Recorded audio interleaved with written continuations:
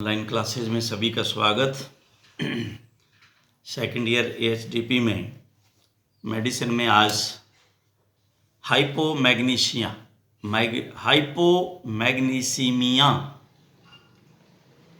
Blood में magnesium की कमी, हाइपोमैग्नीसीमिया। इसे सिनोनिम्स इसके हैं, ग्रास टिटनी बोलते हैं इसको, लैक्टेशन टिटनी भी कहते हैं, ग्रास स्टैगर्स बोलते हैं और व्हीट पास्चर पॉइजनिंग के नाम से जाना जाता है। तो ये इसके नाम हैं, हाइपोमैग्नीसीमिया एंड 5 नेम हो गए। यह भी मेटाबॉलिक डिजीज है, मुख्य रूप से पशु के ब्याने अथवा प्रसव के बाद ही अधिक दूध देने वाली मादा पशुओं में होती है। ये देखिए, जितनी मैं बीमारियां पढ़ा रहा हूं अभी, ये जो मेटाबॉलिक डिजीज है, सारी की सारी ब्याने के बाद। ये तो नोट कर लिया आपने, डायग्नोज करना आना चाहिए। तो इसमें अलग अलग आप सिम्टम्स को मिलाइए और फिर जिसमें एक एक दो दो जो मैंने अभी पीछे मेरे लेक्चर में बताया जो अलग हैं उनको नोट कर लो बस, ताकि आपको सारे सिम्टम याद कर, क्योंकि सिम्टम सारे लगभग एक जैसे ही आएंगे। उसमें 2-4 जो हैं वो अलग से आपको मिलेंगे, जिनको आप अगर डिफरेंशियल डायग्नोज के लिए नोट कर लोगे अपनी क्लिनिकल डायरी में, तो ये आपके लिए बहुत अच्छी बात होगी। इस बीमारी के मुख्य लक्षण हैं टॉनिक स्पाज्म, यानी कि बल कारक एंठन, खिंचाव, एंठन, मरोड़, बलपूर्वक। तो वो खिंचता ही चला जाएगा जानवर। मान लो यहाँ आपके स्पाज्म आ गया, बलपूर्वक खिंचाव वाला, मरोड़ वाला, तो ये गर्दन यूं जाएगी ऊपर, यूं खिंचाव है, जिधर भी आ गया। कंपकपी, शिवरिंग एवं दौरे पड़ना, कन्वर्जन्स, और पशु चेतना शून्य, बेसुध, अनकॉन्शियस हो जाता है तथा पशु 1 घंटे के अंदर मर भी जाता है। ये आप ध्यान रखना। अगर बहुत ज़्यादा कमी आ गई है मैग्नीशियम की, तो तुरंत जो है वो पशु को जानलेवा भी खतरा हो सकता है, जानलेवा हो सकती है। इस बीमारी का मुख्य कारण है रक्त में मैग्नीशियम की कमी होना तथा मैग्नीशियम की कमी के मुख्य कारण पशु के चारे में या घास में मैग्नीशियम की अल्प मात्रा का होना, नाइट्रोजन युक्त व पोटाश युक्त खाद का अधिक उपयोग जब चारागाह में करते हैं तो मैग्नीशियम की कमी आ जाती है। तो यहाँ तो हमारी पोटाश डालते खाद जो है वो ग्रोथ ज़्यादा लेने के लिए अगर ज़्यादा डाल दी, ज़्यादा वो, तो ये प्रॉब्लम। सर्दी में घास का कम विकसित होना, पशु द्वारा अधिक हरी घास अथवा नई घास का खाना, इसलिए इसे ग्रास टिटनी भी कहते हैं।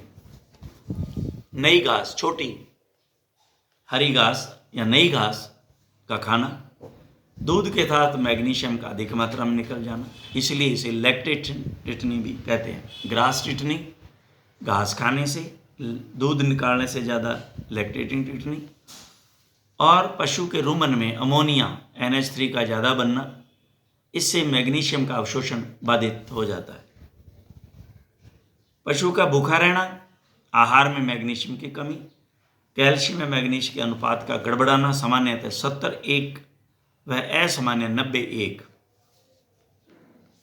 कैल्शियम और फास्फोरस का अनुपात का गड़बड़ा जाना। तो असामान्य 90:1 है और सामान्य 70:1 है, ये अंडरलाइन करना इसको। वे पशु जो दूध देते हैं अथवा गर्भित हैं तो उसको साधारणतया 1 से 2.2 मिलीग्राम पर केजी शुष्क पदार्थ ड्राई मैटर में होना चाहिए। यदि इससे कम होगा तो मैग्नीशियम की कमी आ जाएगी। तो ये इसलिए ही आपने देखा होगा कि हरा चारा देते हैं, साथ में सूखा भी उसको दिया जाता है। जनरली बल्क बनाने के लिए सूखा देते हैं, लेकिन ये देखिए आप मैग्नीशियम की कमी को दूर करने का कितना ये बढ़िया साधन है। ये जो सूखा है, शुष्क पदार्थ जो है, ये हम इसलिए उनको देते हैं।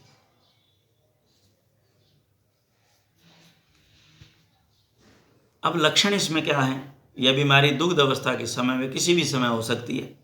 इसमें पशु लड़खड़ा के चलता है, पैरों की मांसपेशियों में कंपी आने लग जाती है, और ग्राइंडिंग ऑफ टीथ, दांतों को किटकिटाता है। पशु का तापमान सामान्य और अत्यधिक उत्तेजित हो जाता है। मैंने कहा ना, सभी में एक जैसे लक्षण आपको मिलेंगे। तो इसलिए ये जो माइफेक्स बनाने वाले ने ये एक बड़ा अच्छा रोल अदा किया है, जिसमें कैल्शियम, फास्फोरस और मैग्नीशियम और डेक्सट्रोज 25%, 4 बीमारियों को तो ये कवर कर लेता है। तो आप इनमें से कन्फ्यूजिंग कोई भी बीमारी अगर आपके समझ में नहीं है तो ये माइफेक्स आपका साथ देगी, या सीमैक्स या माइफेक्स, जरूरी नहीं है माइफेक्स, या कोई भी कैल्शियम, फास्फोरस, मैग्नीशियम और ग्लूकोज का ये जो मिश्रण किसी का भी, वो जरूरी नहीं है माइफेक्स, या आप स्वयं तैयार कर लें। पशु में उत्तेजना व ऐंठन के कारण इसे टिटनी के नाम से भी जानते हैं। टिटनस में क्या होता है? खिंचाव आता है, अकड़ता है जानवर। आपने देखा है, लकड़ी का घोड़ा बन जाता है, घोड़ा लकड़ी का घोड़ा जैसा ऐसे तन जाता है, तो इसलिए इसको टिटनी का भी नाम दिया गया। पशु इस रोग में भी खड़ा होने में असमर्थ हो जाता है तथा हृदय की धड़कन दूर से ही सुनाई देने लग जाती है। मांसपेशियों की कंपनी की दर बढ़ जाती है। पशु 1 से आधे घंटे में, आधे से 1 घंटे में मर जाता है। ट्रीटमेंट: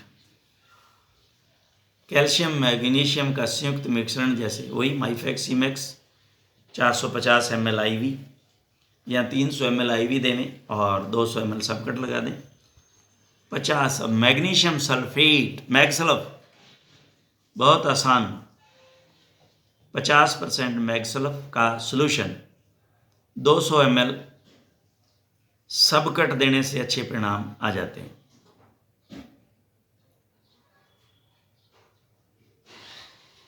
%50 मैग्नीशियम सल्फेट, मैगसल्फ ले लो, 4 रुपये का पैकेट आता है, उसको घोल लो और 200 ml सोल्यूशन उसका बना करके सबकट जो है, और इसको कभी भी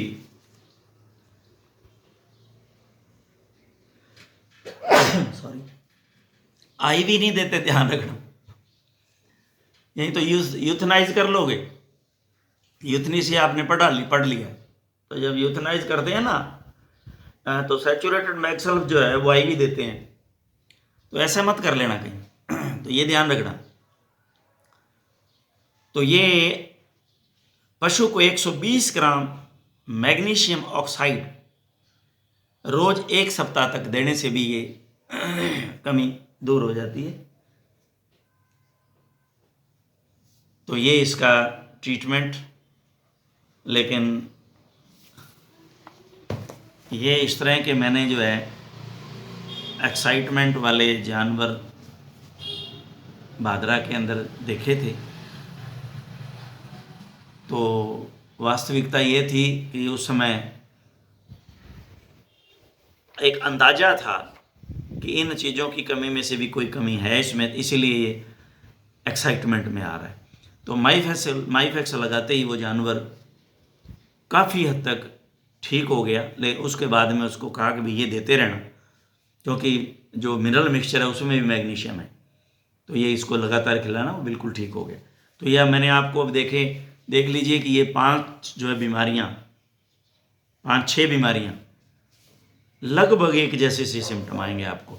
ये 2 में एक्साइटमेंट आपने देख लिया, लेकिन कैल्शियम की कमी में एक्साइटमेंट कहीं नहीं है, वो तो बस डिप्रेशन में जाता है, डिप्रेस ही हो जाता है और जानवर बैठ जाता है। तो अब नेक्स्ट हम आज इस चैप्टर को उम्मीद करता हूँ कि हम इसको कंप्लीट कर लेंगे। अब हमारे पास रह गया पोस्ट पार्चुरिएंट हीमोग्लोबिनूरिया। पोस्ट का मतलब बाद में, पार्चुरिएंट का मतलब ब्याणे के। तो ब्याणे के बाद में हीमोग्लोबिनूरिया यानी कि हीमोग्लोबिन का इसमें यूरिन में आना, हीमोग्लोबिनूरिया। इसे निम्न नामों से भी जानते हैं: हाइपोफॉस्फेटीमिया, फास्फोरस की कमी, या इसको रेड वाटर, या हीमोग्लोबिनूरिया के नाम से भी जानते हैं। Haemoglobinuria, red water, hypophosphataemia. अब इसमें कहीं दिया है कि नहीं, लेकिन मैं आपको बता दूं, फास्फोरस की कमी से आरबीसी जो है वो टूटते हैं। नोट कर लेना, लिख लेना ये लाइन। फास्फोरस की जब कमी आ जाती है तो आरबीसी टूटते हैं। तो जब आरबीसी टूटते हैं, उनमें हीमोग्लोबिन है, तो वो गुर्दे द्वारा, नेफ्रॉन द्वारा उस जो क्षमता है, यूरिन बनता है, उसके साथ जो है वो बाहर आने लग जाता है। तो ये इसलिए हीमोग्लोबिन उसमें आता है, तो इसलिए इसको हीमोग्लोबिनूरिया कहते हैं। फास्फोरस की कमी से ये होता है। यह भी एक उपापचय बीमारी, ब्याने के बाद अधिक दूध देने वाले पर ये सेम आएंगे लक्षण। फास्फोरस की कमी के कारण रक्त कोशिकाएं टूटने लग जाती हैं तथा पेशाब में रक्त आने लग जाता है। इस रोग, पेशाब में हीमोग्लोबिन आता है। इस रोग में पशु के शरीर का तापमान सामान्य रहता है। यह बीमारी पशु के ब्याने के बाद में होती है तथा पेशाब में हीमोग्लोबिन आता है। ये इसलिए इसे पोस्ट पार्चुरेंट हीमोग्लोबिनूरिया कहते हैं। कारण इसमें, इस बीमारी का मुख्य कारण है पशु के शरीर में फास्फोरस तत्व की कमी का हो जाना, और कमी निम्न कारणों से होती है। अब आगे इन्होंने नहीं बताया। फास्फोरस की कमी के आरबीसी टूटते हैं, तो हीमोग्लोबिन जो है ब्रेक हुए आरबीसी का जो है वो उसमें यूरिन में छन, उसमें साथ में छन जाता है, कलर वो देता है। भूमि में फास्फोरस तत्व की कमी पशुओं को आहार के साथ निम्न को खिलाने से। अब बंद गोभियाँ ले जाते हैं बाजार से, ये जो फसड़ी गली बाहर फेंकी हुई शलगम है, ये ले जाते हैं। अल्फा ग्रास है और बीट पल्प है, पकी हुई गाजर आदि के खाने से। ये जो चीज़ें हैं आम तौर से आपने देखा होगा, ये बाज़ार में फेंक देते हैं लोग, पकी हुई गाजरें फेंक देंगे, वो ले जाते हैं, गाय को दे देते हैं, तो ये अपना नुकसान खुद करते हैं, ये पता है होना चाहिए। तो ये इसका ये मतलब है कि आप जब केस देखने जाएं, पूछें उससे कि भाई इनमें से कुछ आपने तो नहीं खिलाया। अगर वो कहता है कि हाँ, तो ये स्पष्ट हो गया काम आपको। बंद गोभी, शलजम, अल्फा ग्रास और बीट पल्प, पकी हुई गाजरें। दूध के साथ फास्फोरस अधिक मात्रा में निकल जाना, अकाल पड़ना, फास्फोरस की कमी के अलावा अन्य कारण, नाइट्रेट पॉइजनिंग एवं कॉपर की कमी। ये देखिए, इसमें आप अंडरलाइन कर लें, कॉपर की कमी।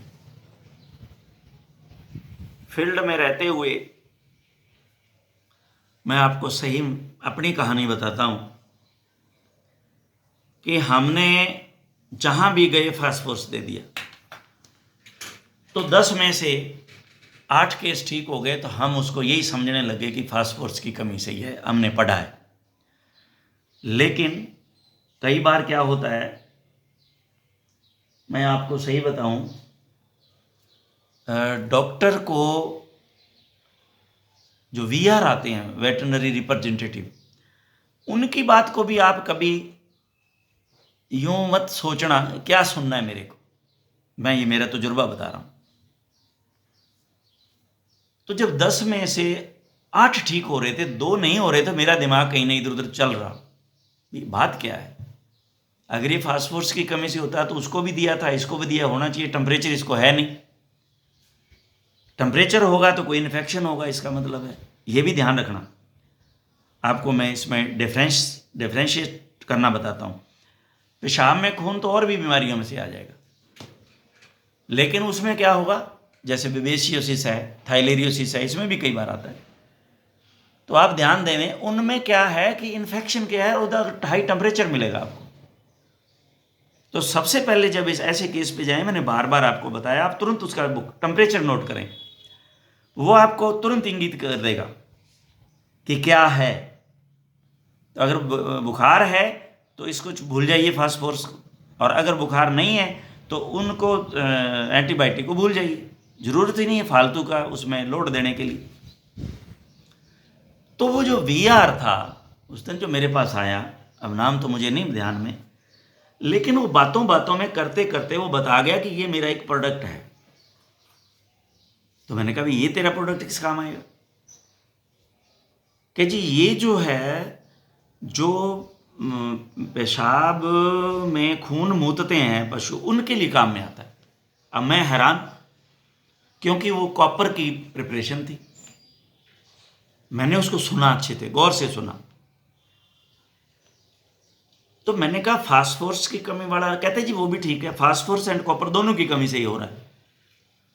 अब मैंने उसको तो नहीं कहा, लेकिन मैंने उस बात को पकड़ लिया। अब मैं जब दूसरे केस पे गया तो मैं ये ठान के गया था कि पहले जाके चेक करूंगा, आज मैं दोनों प्रिपरेशन लगाऊंगा उसकी। तो जब मैंने दोनों प्रिपरेशन लगाई तो मुझे इतना बेस्ट रिजल्ट मिला कि वो दूसरे दिन जो है वो गाय ठीक हो गई। तो मेरा कहने का ये मतलब कि अगर कोई VR आपके पास आता है तो आप उसकी बात को बड़े गौर से सुने। वो आपको कोई नई चीज़ दे जाता है, हम तो, हमारे ध्यान से तो ये उतर गया था, हालांकि पढ़ा हमने भी था, लेकिन आम जो है ट्रीटमेंट चल रहा था फास्फोरस फास्फोरस फास्फोरस। तो ये आज ये देखिए, इसलिए मैं इसको वेरी इंपॉर्टेंट अंडरलाइन कर लो इसको, फास्फोरस, क्योंकि ऊपर तो कहीं फास्फोरस दिया हुआ नहीं था, लेकिन यहां देखिए फास्फोरस की कमी के अलावा अन्य कारण नाइट्रेट पॉइजनिंग एवं कॉपर की कमी, कहीं कहीं हमने देखा है कॉपर की कमी। तो यहां आप ऐसा कीजिए। फिर मैं इस तरह करने लग गया, जाते ही उसको पहले दिन जो है फास्फोरस दिया, दूसरे दिन उनसे पूछा कि कितना फर्क है, अगर आधा फर्क पड़ गया तो फिर फास्फोरस दिया, 3 दिन उसको दिया, ठीक हो गया। अगर उसने दूसरे दिन मुझे कहा कि कोई फर्क नहीं पड़ा तो मैंने उसके साथ में कॉपर लगा दिया। तो ये आप जब फील्ड में काम करोगे तो ये चीज़ें आपके सामने, तो इसको आप बड़े ध्यान से अंडरलाइन करो, इन ऐसी चीज़ों को अपनी, ये जो एक्सपीरियंस है इसको क्लिनिकल डायरी में नोट करो आप अपने। अब इसके हम सिम्टम, रक्त में सामान्य फास्फोरस का स्तर 4 से 6 मिलीग्राम पर 100 ml होता है, वह घटकर 0.5 से 1.5 मिलीग्राम पर 100 ml हो जाता है। फास्फोरस की चेकिंग करवाई लीजिए, लेकिन ये सुविधाएं बहुत कम हैं। लकी हो आप, अब तो जो अब हमारे यहाँ डिस्ट्रिक्ट लेवल पे लैब जो हैं वो दुरुस्त हो रही हैं कुछ, तो कुछ नहीं है, आपको ब्लड लाना है, लैब में देना है, सुबह उसका रिजल्ट लेके चले जाओ और ट्रीटमेंट कर दो। अब तो बहुत आसान है, अच्छी लैब हो गई हैं, अच्छे साधन हो गए हैं, एक्सरे अल्ट्रासाउंड, अब तो बहुत जो है वो, और लैब भी वो बड़ी सुसज्जित हो गई है। लेकिन अभी भी एक कमी है कि जो PG है लैब में वो अगर बैठें तो ज़्यादा उसके बढ़िया रिजल्ट आ सकते हैं। पोस्ट ग्रेजुएशन जो जैसे पैथोलॉजिस्ट हो, बैक्टीरियोलॉजिस्ट हो, तो ये चीज़ें अभी वायरोलॉजिस्ट हो, ये ध्यान देने वाली बात है। अभी होगा ये सब। एकाएक दूध में कमी होना, एकाएक दूध में कमी कि जी कल तो 5 लीटर दिया था दूध, आज तो उसको 2.5। भूख कम लगना, पशु का सुस्त रहना, जुगाली नहीं करना, तापमान सामान्य, शरीर में हीमोग्लोबिन की मात्रा कम हो जाने के कारण म्यूकस मेम्ब्रेन हल्की पीली सफ़ेद हो जाती है तथा जॉन्डिस नामक रोग हो जाता है। गोबर हार्ड हो जाता है, ये देखे हुए केस हैं। कब्जी हो जाती है, बिल्कुल वास्तव में 3-3 दिन तक पशु का गोबर नहीं आता। हृदय गति बढ़ जाती है, जुगुलर पल्स आने लग जाती है। श्वास लेने में पशु को दिक्कत, डिस्पनिया बहुत तगड़ा, वास्तव में खींच खींच के सांस लेता है जानवर मुंह से। ये बड़ा टिपिकल केस है। बड़ा मुश्किल हो जाता है अगर कहीं प्रेग्नेंट हो और उसमें इसका treatment very tough and very difficult, लगभग होता ही नहीं है। और यहाँ फिर वो बच्चा फेंक देती है, बच्चा पर वो जो है अबॉर्शन हो जाता है। तो इसमें निदान, डायग्नोस, अन्य बीमारियां जिनमें हीमोग्लोबिन होता है उनसे निम्न प्रकार अलग पहचान कर सकते हैं। बेबेसियोसिस में भी आता है खून इसी तरह से। पशु के शरीर पर उसमें चिंचड़ होंगे, एकाएक तेज, ये देखिए बुखार, बुखार ही मेन उसका डिफरेंशियल पॉइंट है। एकाएक तेज बुखार, पीलिया, अबॉर्शन, रक्त जांच में बेवेसिया नामक अन्य जीवी आरबीसी में मिलते हैं। बेवेसिया बाइजेमिना होता है। प्रसव के बाद हीमोग्लोबिनूरिया, पोस्ट पार्चुरेंट हीमोग्लोबिन, पशु के ब्याने के बाद दुग्ध में कमी, ताप, क्रम सामान्य, फास्फोरस थेरेपी देने पर पशु ठीक हो जाता है। यही अभी मैंने आपको बता ही दिए हैं। बेसिलरी हीमोग्लोबिनूरिया, बेसिलरी हीमोग्लोबिनूरिया, इसमें भी वही बेसिलरी इन्फेक्शन है। इसका मतलब एक तेज भी बुखार, रक्त की जांच में क्लोस्ट्रीडियम हेमोलिटिकम जीवाणु की उपस्थिति, एनाप्लाज्मोसिस, ये बीमारियां आगे मैं पूरी पढ़ाऊंगा आपको कंप्लीट, जिसमें कंप्लीट पढ़ोगे आप, ऐसा नहीं है। एनाप्लाज्मोसिस ये भी पढ़ोगे आप। रक्त की जांच में एनाप्लाज्मा, मार्जिनेल नामक रिकेट्सिया, रिकेट्सिया परजीवी की उपस्थिति, ये भी एक परजीवी है, रिकेट्सिया।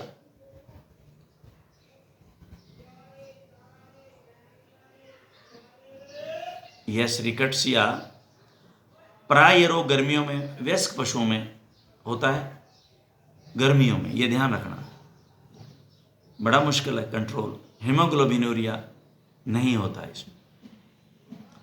थाइलेरियसिस,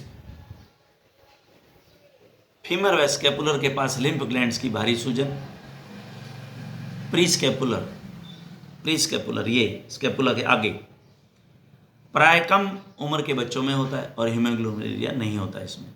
लेप्टोस्पायरोसिस, एकाएक तेज बुखार, अबॉर्शन, अनीमिया, हीमोग्लोबिनूरिया, दूध लाल रंग का आना, रक्त में पेशाब, रक्त व पेशाब में लेप्टोस्पायरा बैक्टीरिया को दोनों में आते हैं, रक्त व पेशाब में दोनों में। तो उपचार, ट्रीटमेंट, इसमें हम जो है Haemaccel up to 5 litre IV, ये हीमोसील जो है ये ह्यूमन प्रिपरेशन है, और ये मैंने बड़ी 500 ml की, शायद 500 की थी, हाँ 500 की आती है, तो मैंने ये बड़ी इनका यूज़ किया है। ये बहुत केसेस होते हैं यहाँ गंगानगर में, और कभी ये गर्मी का मौसम आएगा तो ये खूब केस देखने को मिलेंगे। तो इसमें हमने हीमोसील जो है लगाई, अथवा ब्लड ट्रांसफ्यूजन हो सकता है। ये भी हीमोसील जो है एक तरह से प्लाज्मा है, और ये या इसको प्लाज्मा एक्सटेंडर भी कह सकते हैं आप।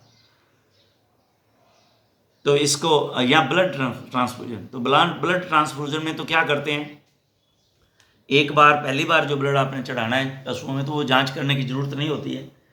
तो आप पशु को खड़ा कर लें और अंदाज़ा लगेगा, या आप पहले उसको बोतल में लें, या आप अगर ऐसा इमरजेंसी हो तो कोई ऐसी ज़रूरी नहीं, अगर जानवर डोसाइल है तो आप उसको उधर जुगुलर वेन में उसके निडल लगा के, और इधर भी वैसी व्यवस्था कर लें कि डायरेक्ट जुगुलर वेन में लगा दें आप।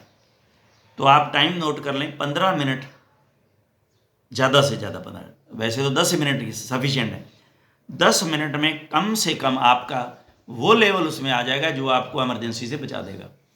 फिर आप उसमें उसी को बोतल में जो है वो एडीटी डाल करके, और उसको आप बोतल में उसको ले लें, 1 लीटर 2 लीटर जो आपने, तो वो आप उसको डायरेक्ट जो है वो चढ़ा सकते हैं एक बार, बिना जांचे ब्लड एक बार। ये मैंने चढ़ाया है इसलिए मैं आपको बता रहा हूँ, एक बार चढ़ा सकते हैं, फिर दोबारा नहीं, ये भी ध्यान रखें। उसके बाद में सोडियम एसिड फास्फेट 20% आईवी दें, 300 से 400 ml। सोडियम एसिड फास्फेट 30 ग्राम, ये जो है वो आप बाई माउथ भी दे सकते हैं।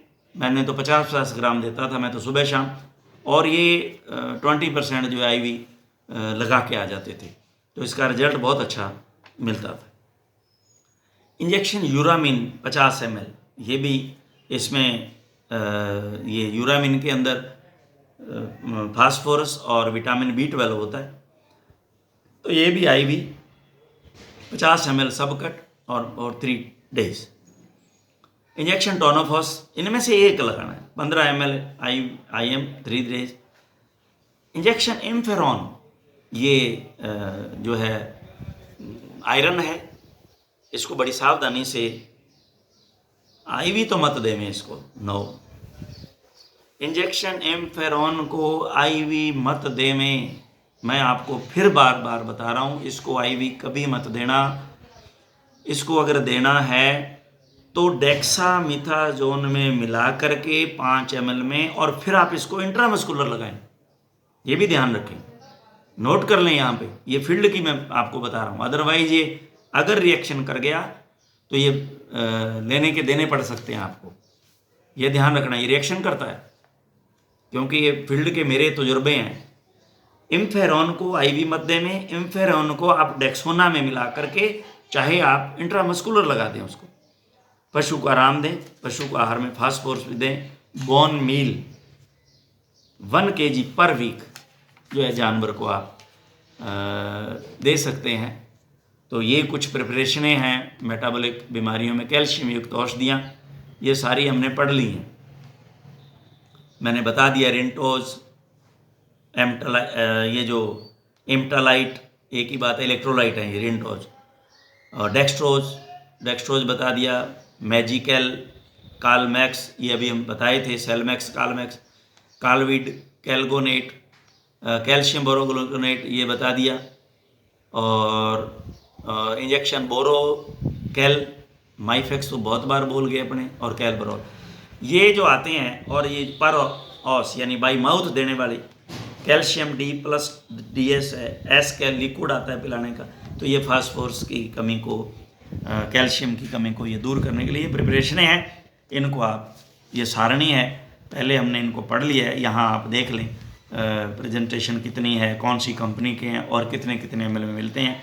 इनको IM और IV जो है लगाना होता है। तो ये आप इसको नोट कर लेंगे। Thank you very much.